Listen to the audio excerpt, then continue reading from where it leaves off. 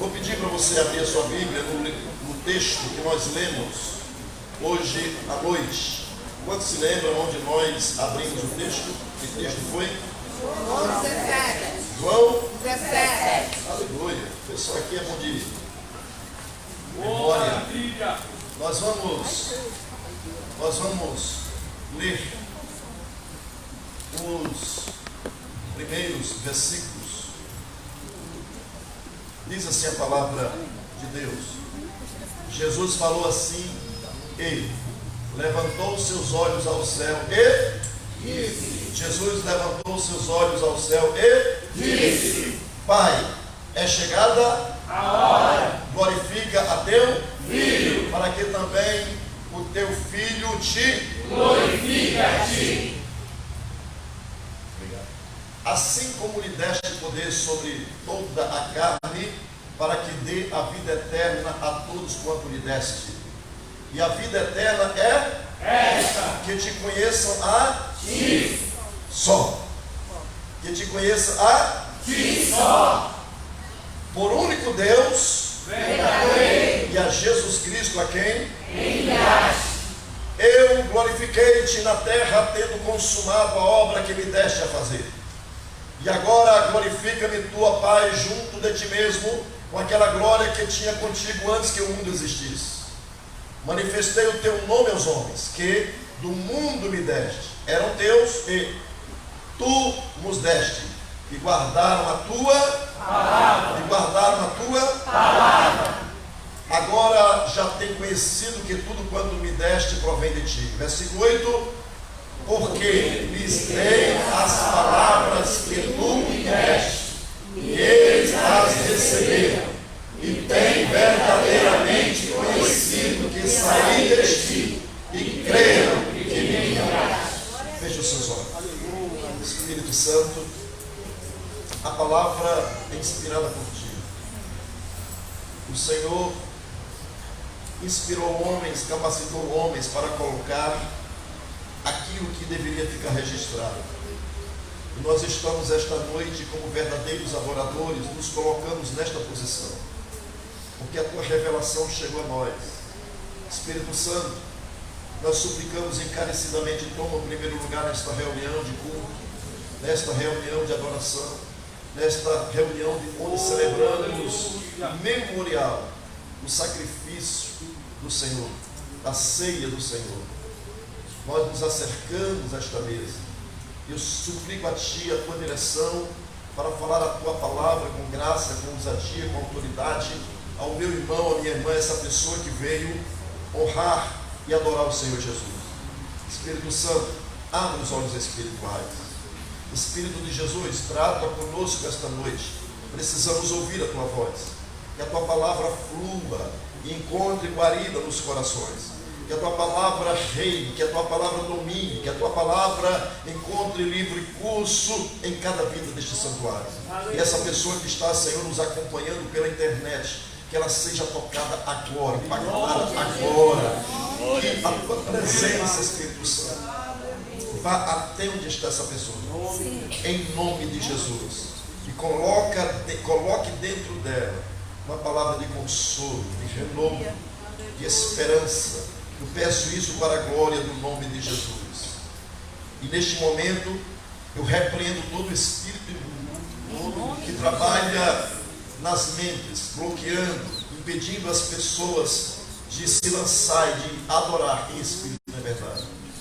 Todo espírito contrário à operação de Deus nesta casa, nós repreendemos em nome de Jesus. Nós declaramos libertação sobre este povo.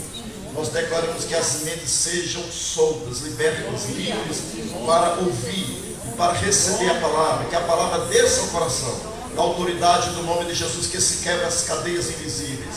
Em nome de Jesus, que se quebre todo impedimento, seja neutralizado, que todo dardo inflamado do maligno seja neutralizado agora, na autoridade do nome de Jesus. E todos dizem amém. Por favor, se assente. Aleluia.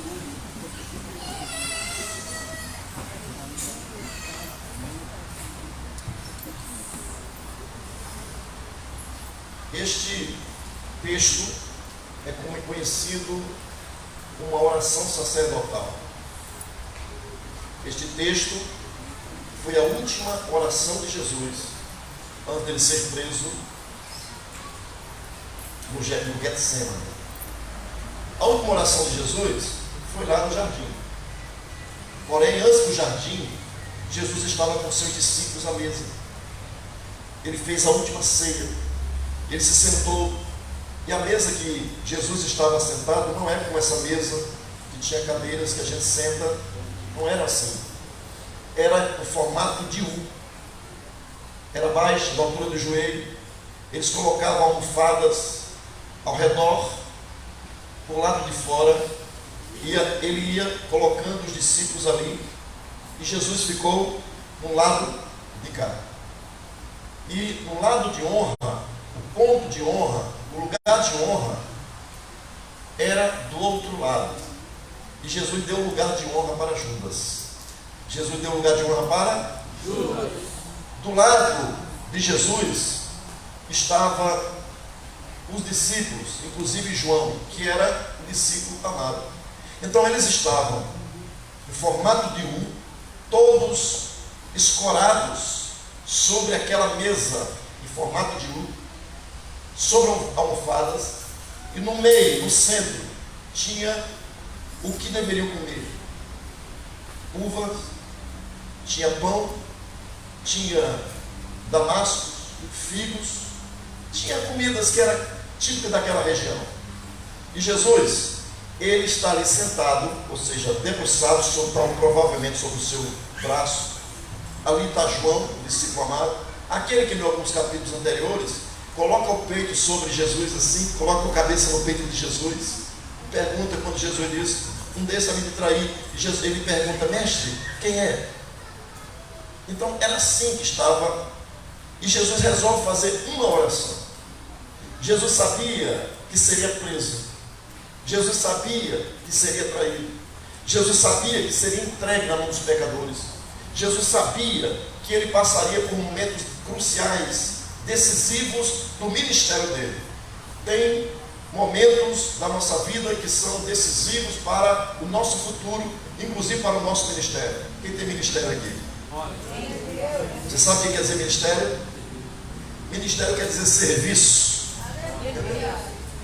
Ministério não é um título, ministério é serviço.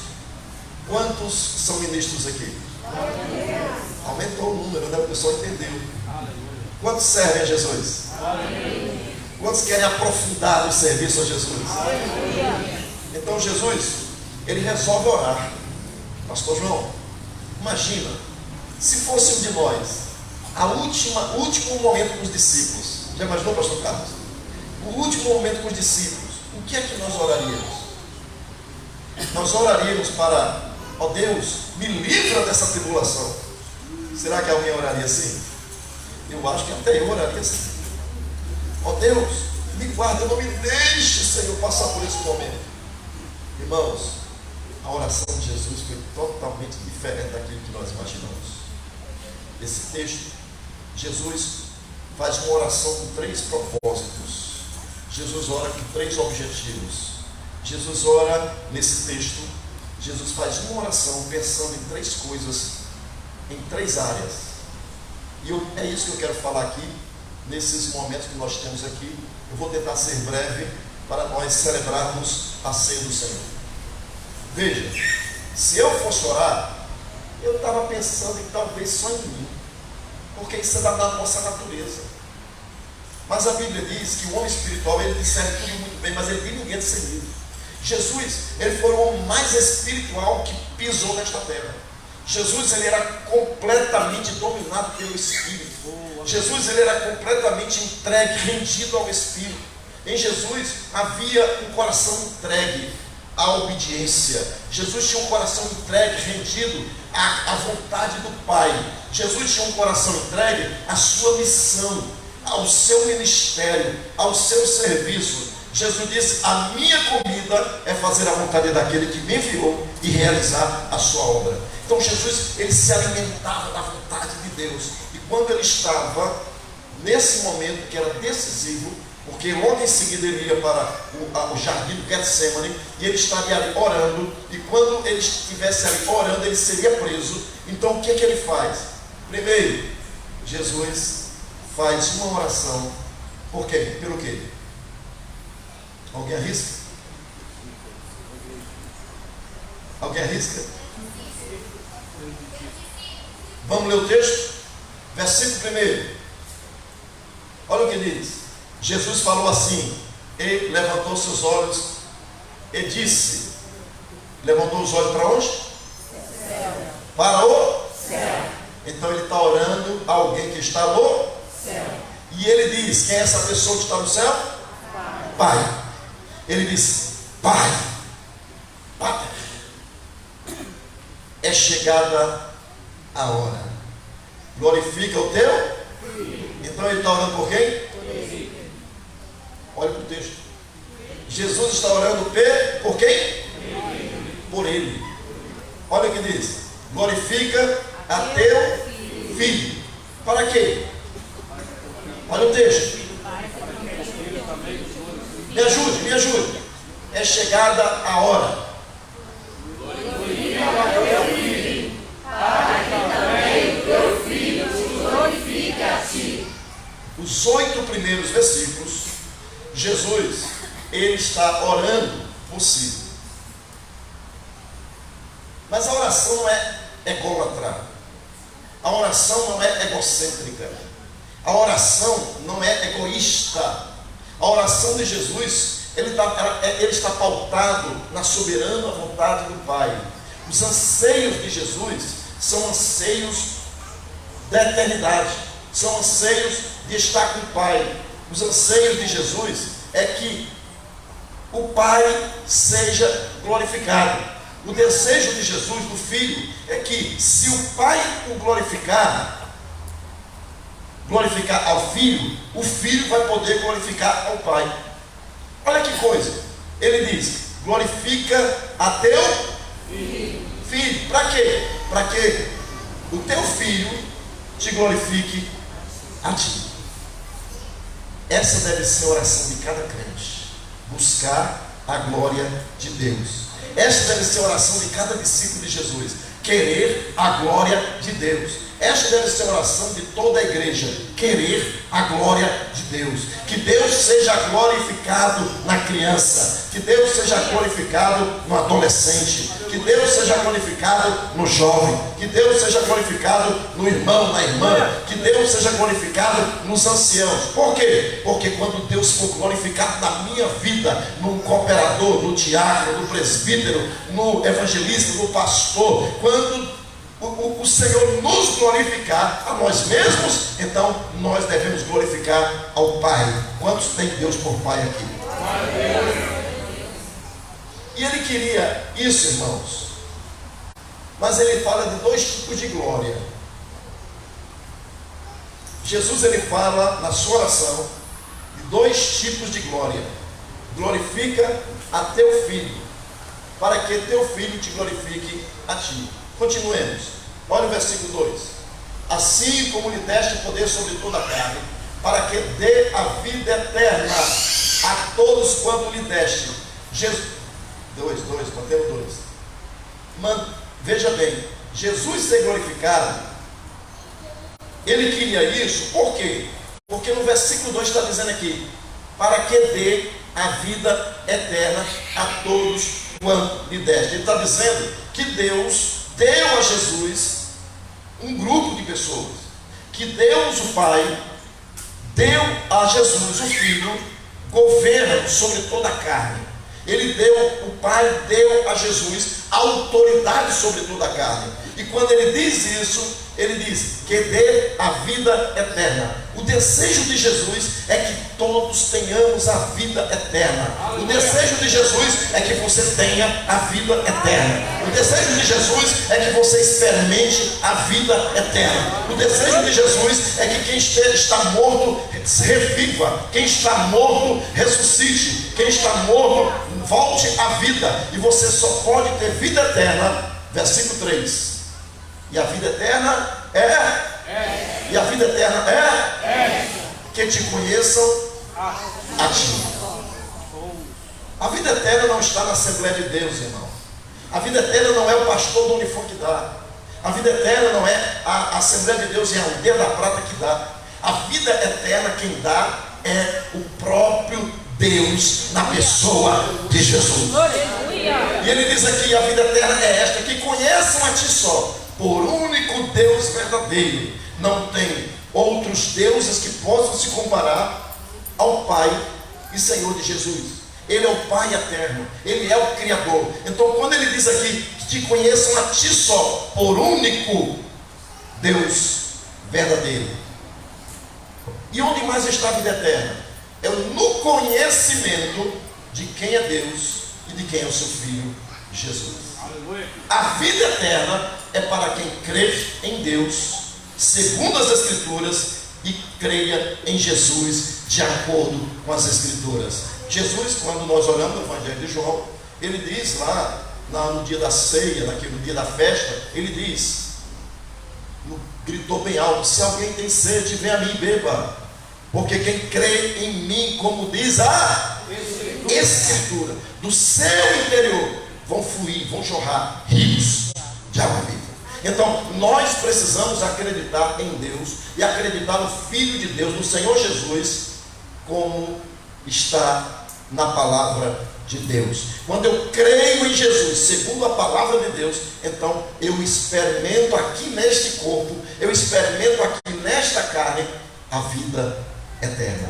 A vida eterna não é apenas quando eu morrer. A vida eterna é esta, que conheçam a ti só como único Deus verdadeiro. Então eu começo a viver a vida eterna aqui e agora. Eu começo a experimentar o gozo eterno. Eu começo a experimentar a alegria do céu. Eu começo a experimentar as coisas vindouras. Eu começo a experimentar, de acordo com Hebreus capítulo 5 e 6, eu começo a experimentar do Espírito Santo. Eu começo a receber coisas que só Deus tem e é colocado dentro daqueles que creem em Deus e creem em Jesus segundo as Escrituras.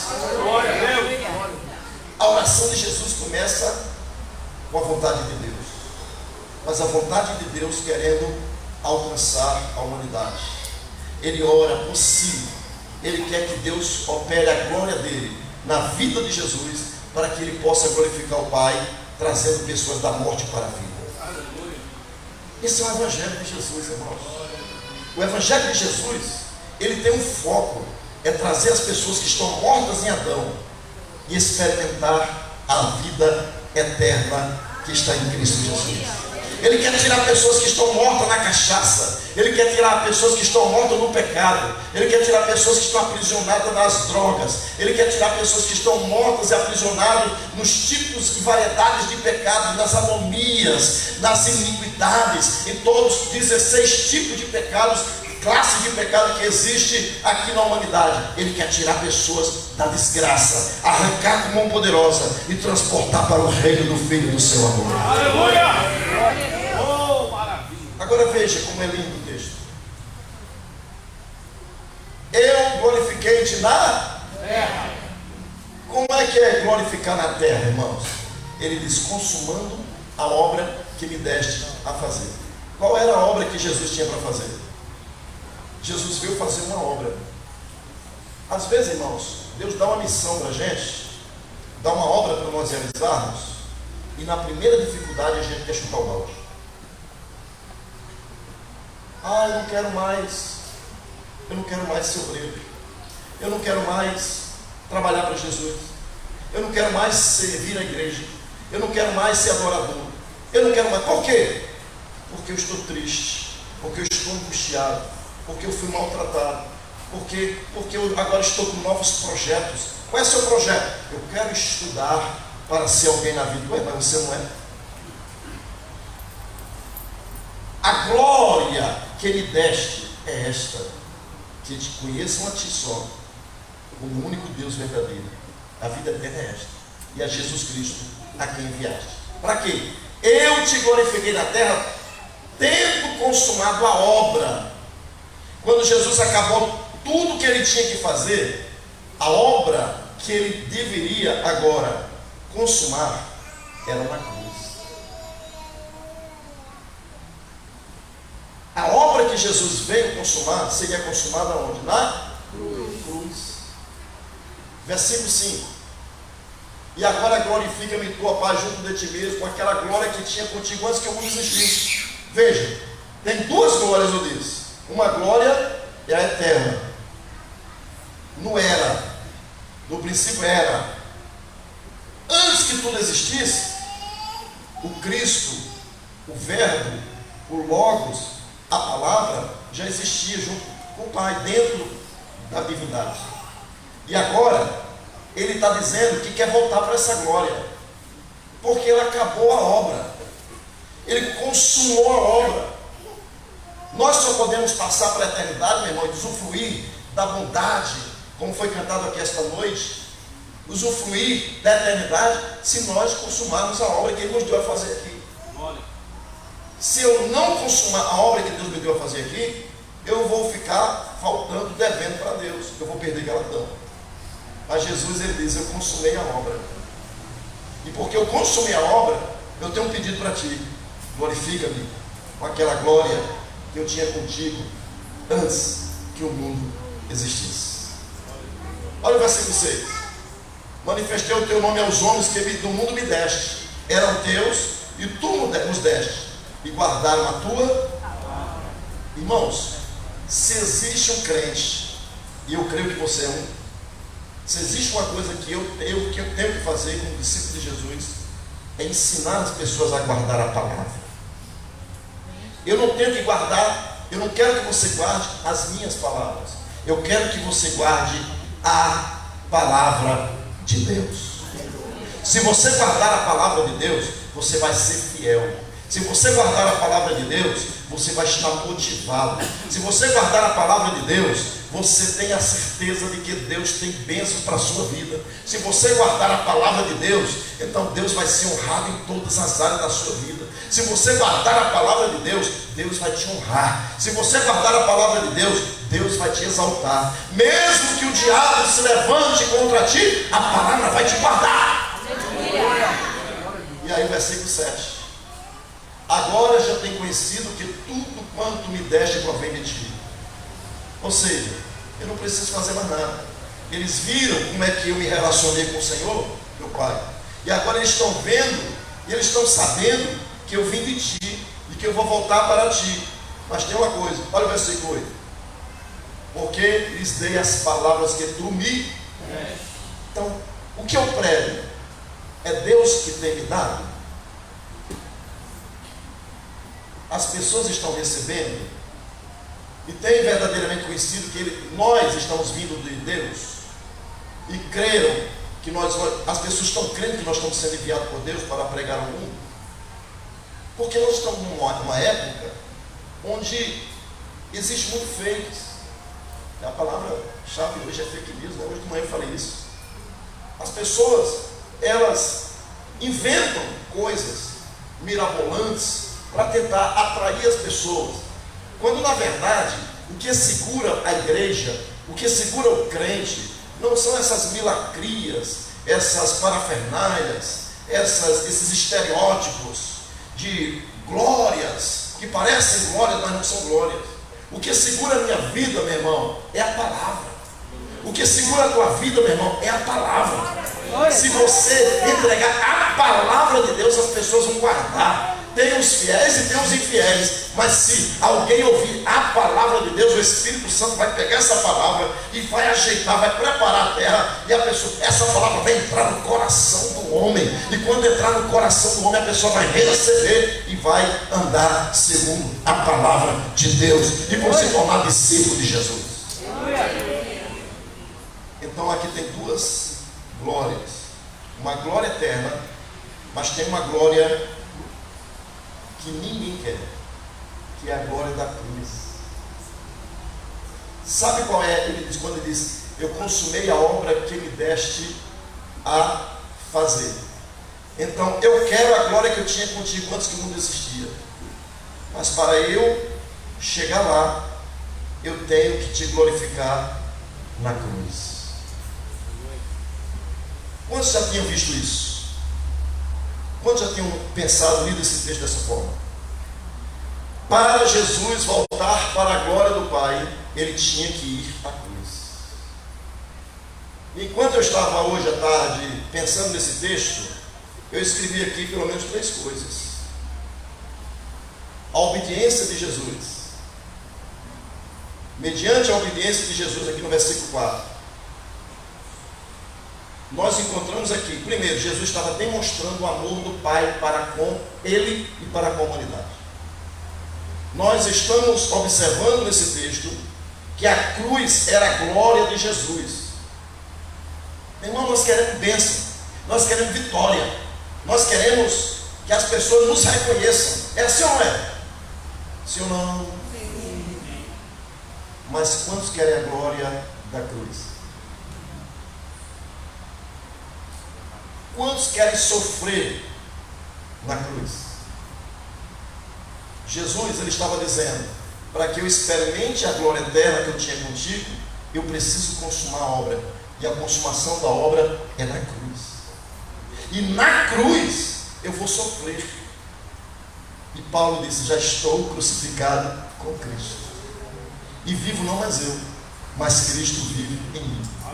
Quem quer experimentar a glória futura, precisa experimentar a glória da cruz. A glória da cruz é sofrimento. A glória da cruz é angústia. A glória da cruz é renúncia. A glória da cruz é o desprezo. A glória da cruz é estar abandonado. A glória da cruz é não ter vontade própria. A vontade tem que ser de cima. A vontade é a de Deus. A vontade não é minha. A vontade tem que ser a de Deus.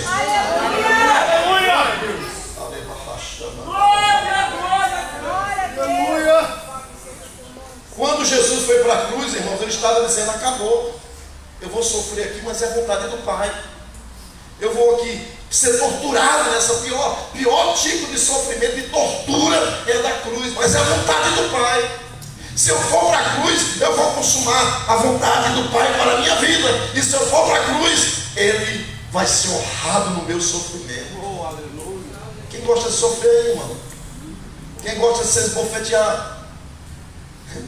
Quando eu vou para 1 Pedro, capítulo 2, diz que Cristo deixou exemplo para que sigamos as suas pisadas.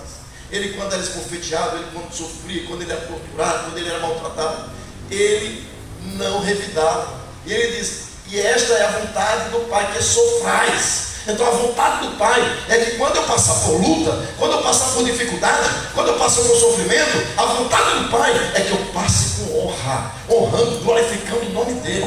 Porque quando eu sofro aqui, por causa do Senhor, a eternidade me espera. E aí eu aprendo que ele orou, e ele se submeteu, ou seja, foi obediente. Ele orou para glorificar o Pai. E glorificar a si mesmo, a cruz não era o fim. Porque a gente pensa que foi para a cruz, morreu, acabou, não é isso? Não, a cruz não é o fim. A cruz é apenas um intervalo, ou seja, é um passo para a eternidade, um passo para a glória. E depois eu coloquei aqui, a cruz foi o caminho de volta para o Pai, para a eternidade. Essa é a primeira parte da oração de Jesus. Vocês entenderam? Mas Jesus teve um outro foco na sua oração. Jesus orou por ele, mas o segundo foco da oração, olha o versículo 9. Eu rogo, me ajude, igreja. Eu rogo por eles, não rogo pelo mundo. Olha aqui que coisa interessante. Jesus está dizendo, eu não estou rogando pelo mundo, não. Eu estou rogando por eles. Que eles? Eles que o Senhor me deu. Quem foi dado ao Senhor aí? Jesus está dizendo, eu rogo por esses discípulos aqui que estão caminhando comigo. Eles largaram tudo. Não aquele que tenha deixado casa, pai, mãe, mulher, filho, campo por amor de mim e do Evangelho. Então Jesus estava orando pelos discípulos que estavam ali. Jesus estava orando pelos discípulos que caminharam com ele, que comeram com ele, que visitou com ele, que largou tudo por ele. Jesus está orando pelos 12. Até por Pedro que negou. Até por Pedro que disse, Senhor, Não permita que isso aconteça, mestre. E Jesus disse: arreda-te de mim, Satanás. Você não conhece, não cogita das coisas de Deus, só cogita das coisas dos homens. As coisas de Deus é desígnio de Deus, você não entende nada. Você não entendeu na eternidade, vai entender agora. Então Jesus está orando pelos discípulos. No capítulo 17, do versículo 9 ao versículo 19, eu vou pedir para o irmão colocar do versículo 19 para você ler comigo. E por eles me santifico a mim mesmo, para que eles também sejam santificados na verdade. Então, olha que coisa linda. Jesus está dizendo: o meu sofrimento, a minha renúncia, a minha entrega é uma visão de santificação, de entrega. O que é ser santo? É separado, é ser exclusivo, é ser dedicado. E eu estou dizendo, Deus está dizendo para Deus assim: Pai, eu me santificando a mim mesmo, para que também eles sejam santificados nessa verdade que eu passei para eles. Quando Jesus disse isso, Jesus está acabando a oração pelos discípulos. No versículo 9 ao versículo 19, Jesus está orando pelos seus discípulos. Aí eu tenho, pastor Carlinhos, eu tenho uma novidade para você. Olha o que diz o versículo seguinte. No versículo 20 ao 26, olha o que diz aí, me ajuda na leitura. E não rogo somente por eles. Me ajuda. E não rogo somente por eles, mas também para aqueles que pela tua palavra hão de crer em mim. Meu irmão, Jesus orou por você. Naquele momento de angústia, Jesus estava pensando em mim. Jesus estava pensando em você. Você nem existia, mas Jesus já estava orando por mim, orando por você. Eu nem sabia disso, mas quando eu li esse texto eu entendi que Jesus estava pensando em mim, Jesus estava pensando em nós, Jesus estava pensando na igreja. Eu não mereço Jesus, mas Ele pensou em mim. Eu estava condenado ao inferno, mas Ele orou por mim. Eu não oro somente por estes discípulos que estão comigo, mas eu oro por aqueles. Eu estou orando por aqueles, pela Ana, pela Patrícia, pelo Ezequiel, pela Maria, pelo João, pelo Misonias, pelo Joel. Eu estou orando por aquela pessoa que nem me conhece, mas eles vão ouvir a minha palavra. E quando eles ouvirem a minha palavra, quando alguém falar de mim, quando alguém falar da cruz, quando alguém testificar de mim, essa pessoa vai crer. Pai, eu não estou orando somente pelos meus discípulos, eu estou orando, Senhor, por aqueles que pela tua palavra hão de crer em mim. Aleluia! Oh, aleluia! Jesus orou por mim, Jesus orou por você. Ele orou por você, Ele orou por você. Ele estava pensando na dor que Ele estava enfrentando, Ele estava pensando em mim, por você. Na angústia da cruz que Ele ia enfrentar, Ele já estava orando, pensando: eu vou passar pela cruz, mas tem uma coisa, quando eu passar pela cruz, tem pessoas que vão ouvir sobre a cruz, e pessoas que vão se prostrar e vão se render, porque eu estou orando por Ele. Meu Pai, atenta para esta oração. Agora veja o versículo 21. Para que todos sejam o propósito de Jesus aqui, irmãos. Quando Ele orou por você, Ele estava pensando na unidade. Jesus estava pensando na unidade. Bem forte, Jesus estava pensando na unidade. Que todos sejam um. Por isso, irmãos, glória a Deus, que quem tenta quebrar a harmonia do corpo está lutando contra Deus, contra a oração de Jesus. Jesus está dizendo: eu quero que eles sejam um. Eu quero que eles sejam um. Se eu não quiser ser um, eu estou contra a oração de Jesus. Se eu disser eu não quero viver como verdadeiro adorador, eu estou contra a oração de Jesus. Eu não quero que o irmão se dê bem na igreja, eu estou contra a oração de Jesus.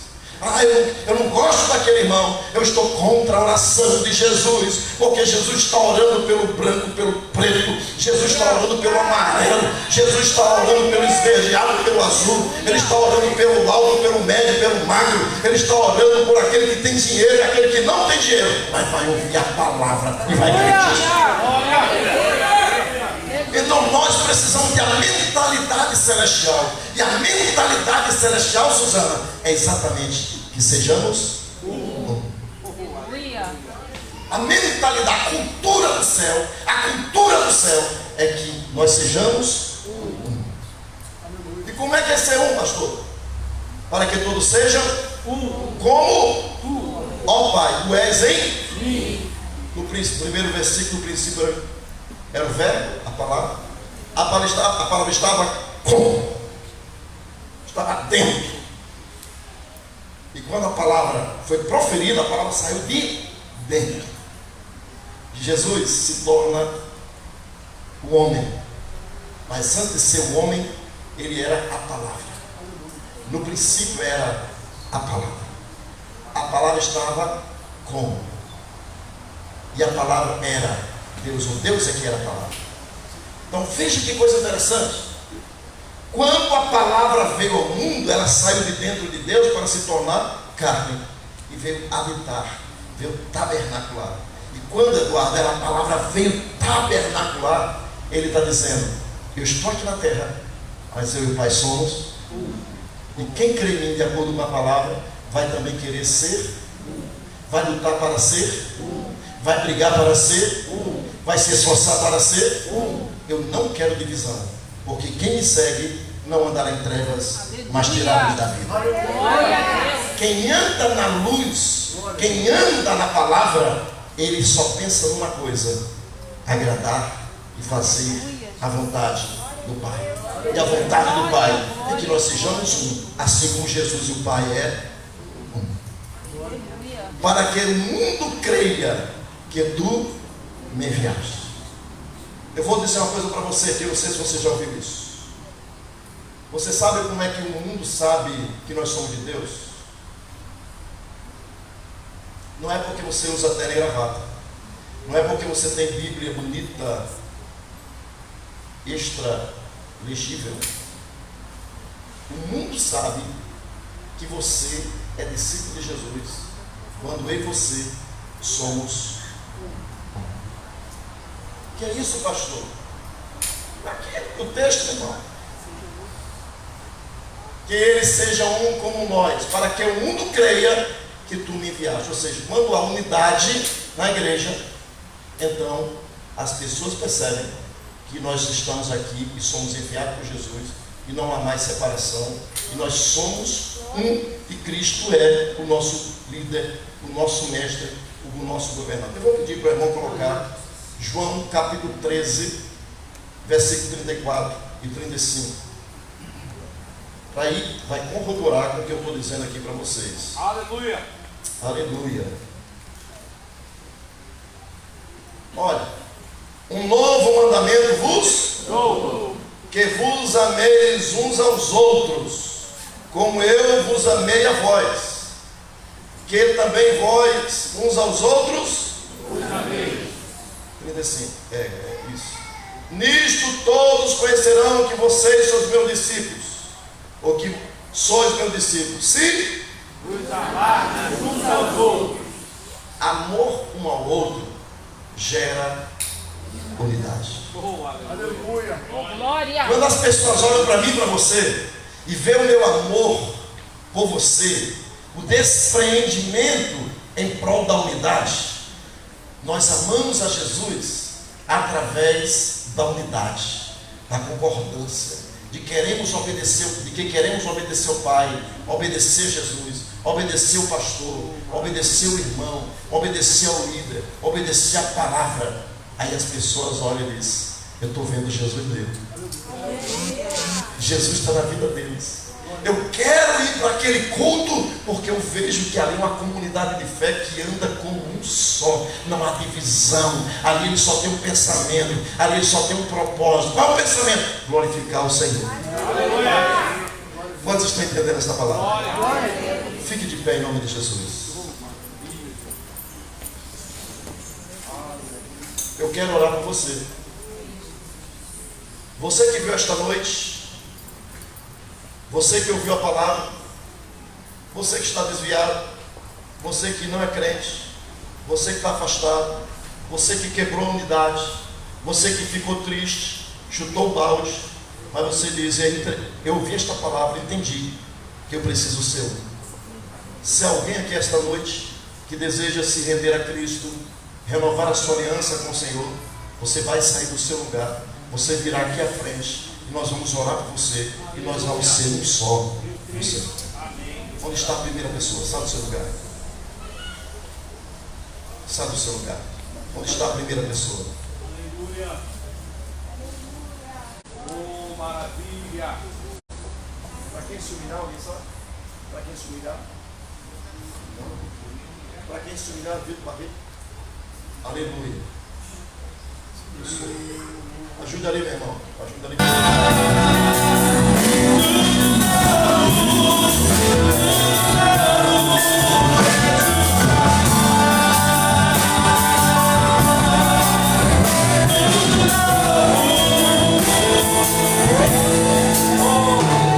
Alguém que deseja se render a Jesus? Alguém que deseja renovar a sua aliança com Deus? Ele vai fazer tudo novo na sua vida. Ele vai mudar a sua história.